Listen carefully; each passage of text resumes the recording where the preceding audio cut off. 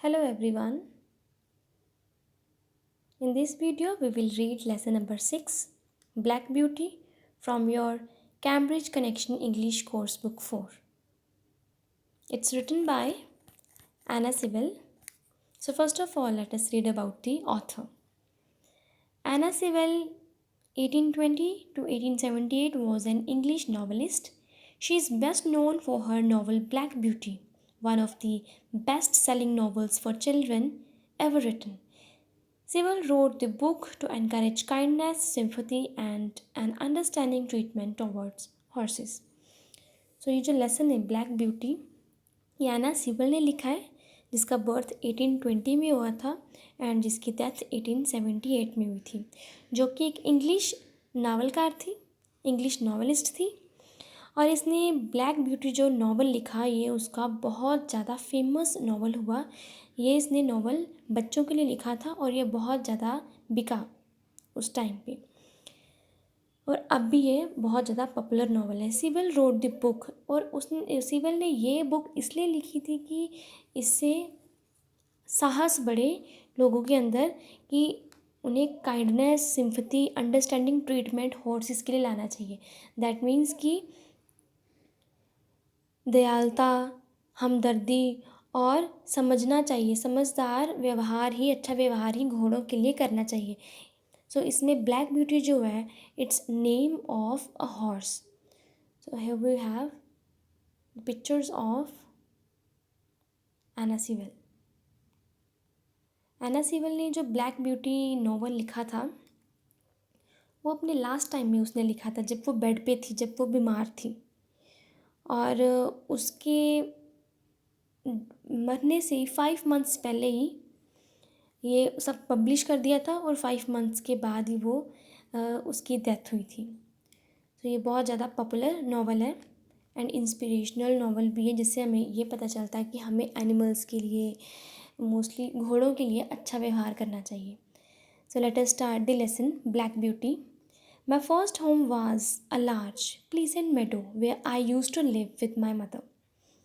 सो ये Black beauty बोल रहा है। ब्लैक ब्यूटी, ये जो ब्लैक कलर का हॉर्स आपको दिख रहा है पिक्चर में, दिस इज़ ब्लैक ब्यूटी। ये बोल रहा है कि मेरा जो पहला घर था वो बहुत ज़्यादा बड़ा था और लवली था। उस वहाँ पे ग्रास लैंड, जहाँ पे घोड़े चरने जाते हैं, घास खाने जाते हैं, वो बहुत ज़्यादा बढ़िया था। और कहता है कि वहाँ पे मैं अपनी मदर के साथ, अपनी माँ के साथ रहता था।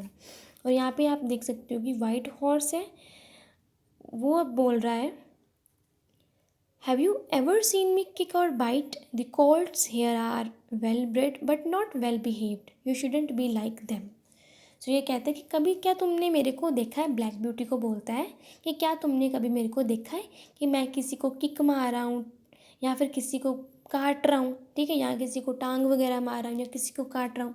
तो यहाँ पे कहता है कि जो कोल्ट्स हैं, कोल्ट मीन्स क्या होता है, छोटे घोड़े जो 4 साल से छोटे होते हैं, यंग हॉर्सेस जिनकी एज लेस देन 4 या 4 तक होती है, ठीक है, 4 साल से छोटे। वो कहते हैं कि होते तो वो अच्छे हैं बट उनका बिहेवियर बिल्कुल बिल्कुल भी अच्छा नहीं होता। You shouldn't be like them. तो ये ब्लैक ब्यूटी को बोल रहा है कि तुम्हें उनके जैसे बिल्कुल नहीं बनना जो किक मारते हैं या बाइट करते हैं। देन नेक्स्ट, ये जो ब्लैक ब्यूटी कहते हैं, our master was a kind man, we all loved him very much. कहता है कि हमारा जो मास्टर था, हमारा जो मालिक था, वो बहुत अच्छा था, हम सब उसको बहुत ज़्यादा प्यार करते थे। You two are my best horses. ये मास्टर उन दोनों हॉर्सेस को लेकर पकड़ के कहता है कि तुम दोनों मेरे सबसे ज़्यादा अच्छे घोड़े हो। When I turn 4 squire Gordon came to see me. कहता है कि जब मैं 4 साल का हुआ, स्क्वायर गॉर्डन नेम का एक आदमी उसको देखने के लिए आया। He is a fine horse, I will take him. तो स्क्वायर गॉर्डन उसको हैंड लगा के हॉर्स को, ब्लैक ब्यूटी को कहता है कि ये एक अच्छा घोड़ा है, मैं ये घोड़ा लूँगा, मैं इसको लूँगा। Always be a good horse Black Beauty, goodbye. तो ब्लैक ब्यूटी का मास्टर उसको बोलता है कि हमेशा अच्छा घोड़ा बनकर ही रहना ब्लैक ब्यूटी, और उसको बोलता है गुड बाय, अलविदा। I was taken to a new stable. It was large and comfortable. 2 horses were already there. Then कहता है कि मेरे को एक नए तबेले में, नए स्टेबल में ले गए जो कि बहुत बड़ा था, कंफर्टेबल था, अच्छा था रहने के लिए। वहाँ पे पहले से ही 2 घोड़े थे। आई एम मेरी legs, the young women ride on my back, they are fond of me. So ये जो वाइट हॉर्स है इसका नेम है मेरी लेग्स। ये कहता है कि अपना इंट्रोडक्शन दे रहे हैं ये घोड़े एक दूसरे को, क्योंकि पहली बार ये अब ब्लैक ब्यूटी से मिले हैं, brown and white horse. So white horse पहले कहता है कि मैं मेरी लेग्स हूँ, मेरे ऊपर जवान स्त्रियाँ बैठती हैं, मेरे ऊपर मेरी बैक के ऊपर बैठती हैं, उनको मैं बहुत पसंद हूँ। तो ब्राउन हॉर्स बोलता है so it is for you, I have been turn out of my box. तो ब्लैक ब्यूटी को बोलता है कि अच्छा ये तुम हो जिसकी वजह से मेरे को मेरे बॉक्स में से, मेरे डिब्बे में से बाहर निकाल दिया गया। जैसे स्टूडेंट्स स्टेबल होता है तबेला, उसमें ऐसे खाने बने होते हैं ना डिब्बे, जिसमें हॉर्सेस अलग अलग ऐसे रहते हैं। तो ये कहता है कि अच्छा तुम हो जिसकी वजह से मेरे को वहाँ से बाहर भेज दिया गया है। तो ब्लैक ब्यूटी आगे से बोलता है hi, I am Black Beauty, I will be staying here. तो उनको हाय बोलता है, कहता है कि मैं ब्लैक ब्यूटी हूँ, अपना इंट्रोडक्शन देता है कि मैं भी यहाँ पे ही आपके साथ रहूँगा। Then Ginger, she is Ginger, she has a habit of biting and kicking, do you bite. तो नेक्स्ट सेकेंड पिक्चर में वाइट हॉर्स कहता है कि ये इसका नेम जिंजर है, ये जिंजर है, ठीक है, और इसकी हैबिट है बाइट करना और किकिंग करना, ठीक है। बाइट मीन्स क्या होता है, काटना, और किकिंग मीन्स पैरों से हिट करना, पैरों से मारना। तो वो ब्लैक ब्यूटी को पूछता है कि क्या तुम भी बाइट करते हो, क्या तुम भी काटते हो। तो आगे से ब्लैक ब्यूटी क्या रिप्लाई करता है, no I only bite high hay grass and corn. तो आगे को वो कहता है कि मैं तो सिर्फ घास काटता हूँ, घास खाता हूँ, हे मीन्स ड्राई ग्रास, और कॉर्न जहाँ अनाज, ये सभी का बस खाता हूँ, ठीक है। सो उसको ये रिप्लाई करता है। थर्ड पिक्चर में है one day Ginger told me her story. तो अब ब्लैक ब्यूटी और जिंजर आपस में उनकी टॉक हुई है, और ब्लैक ब्यूटी अब बता रहा है कि एक दिन मेरे को जिंजर ने अपनी कहानी बताई। I never had a kind master before I came here, one of my cruellest masters was Samson. तो ये कहता है जिंजर कि मेरा इससे पहले कोई भी काइंड, कोई भी अच्छा जेंटल मास्टर नहीं था। मेरे यहाँ से आने से पहले जो मेरा मास्टर था वो सैमसन बहुत ही क्रूएलेस्ट, बहुत ही निर्दयी मास्टर था। One day, Ginger's master put a painful bit on her mouth. She reared in fear and he started to flog her. एक दिन क्या हुआ कि जिंजर के मास्टर ने, जो उसका पहला मास्टर था, उसने उसके मुंह में बहुत ज़्यादा पेनफुल बिट मीन्स थोड़ी सी, बट थोड़ी पेन उसने उसके मुंह में की। मे बी जो रस्सी उसके माउथ में बांधी उसको खींच के की। तो जो जिंजर है वो डर गया और अपने हिंड लेग्स मीन्स पीछे वाले टांगों के ऊपर डर के मारे खड़ा हो गया। And he started to flog her. तो ऐसे क्या हुआ कि ही यहाँ पे यूज़ किया गया है उसके मास्टर सैमसन के लिए, कि उसने बाद में उसको फ्लॉग मीन्स होता है बीट करना, मारना स्टार्ट कर दिया जिंजर को। The lashing was so painful that after a terrible struggle she threw him. तो लैशिंग मीन्स हिट विद रोप, रस्सी से या फिर चाबुक से मारना, जो कि मास्टर ने हैंड में पकड़ी थी। सो मास्टर ने उसको ज़ोर ज़ोर से मारना स्टार्ट कर दिया, और ये इतना ड्रेडफुल, इतना भयानक था, ये जो फाइट वो बेचारा जिंजर कर रहा था इतनी भयानक थी कि उसने बाद में उसको, अपने मास्टर को अपने ऊपर से नीचे गिरा दिया। Threw is the second form of throw, कि उसने अपने मास्टर को नीचे गिरा दिया जब वो उसको मार रहा था। I was happy living at Square Gardens. One afternoon, I was put into a dog cart to take my master to a business. Everything was going well until we came to a tall bridge across a river. अब यहाँ तक वो ginger की story finish होती है। Next black beauty बताता है कि मैं अपने मास्टर स्क्वायर गॉर्डन के साथ सुखी सुखी हैप्पी रह रहा था, खुशी खुशी रह रहा था, कि एक दोपहर को क्या हुआ कि मैं अपने मास्टर को डॉग कार्ट में बिठा के एक बिज़नेस के लिए, किसी काम के लिए अपने मास्टर को लेकर जा रहा था। डॉग कार्ट आप देख सकते हो जिस पे ये उसके मास्टर बैठा हुआ है।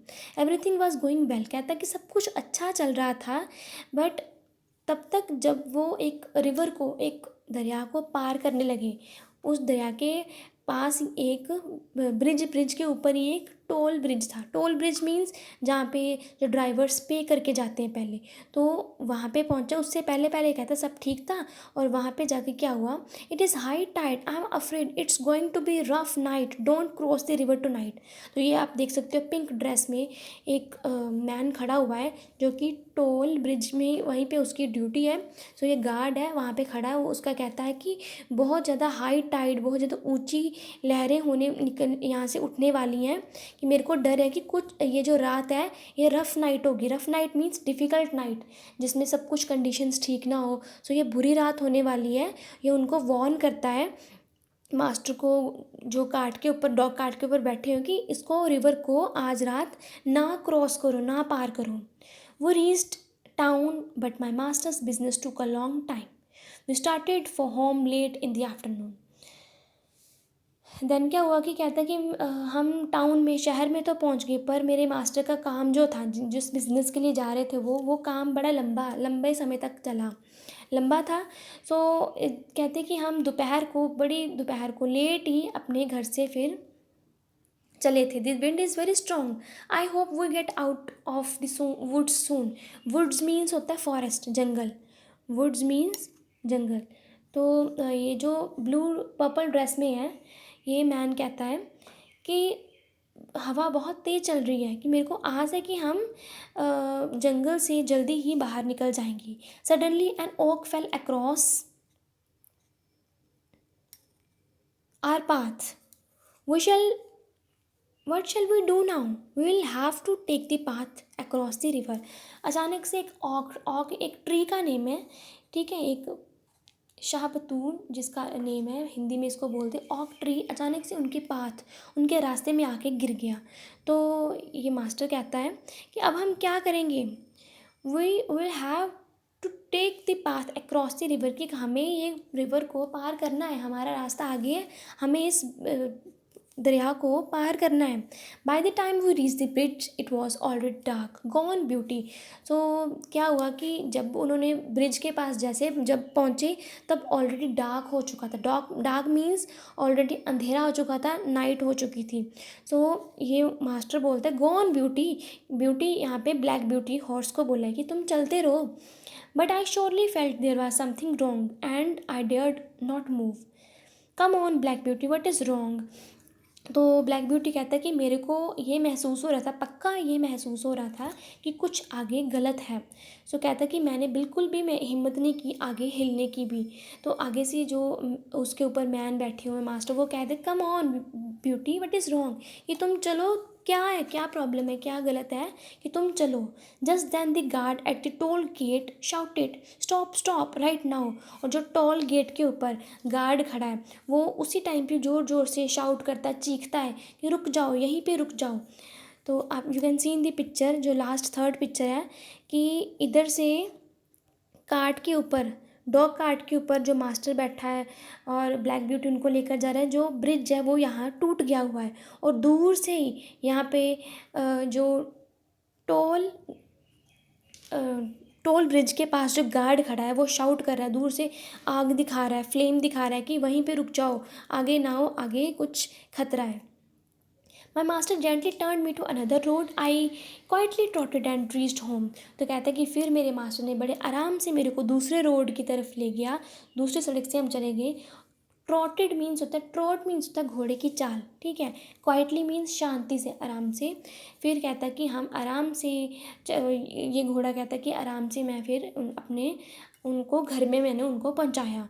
Are you all right, I was so worried about you all. तो घर से जो लेडी निकलती है, वो कहती है कि क्या तुम सभी ठीक हो, मैं बहुत ज़्यादा डर गई थी आप लोगों के लिए।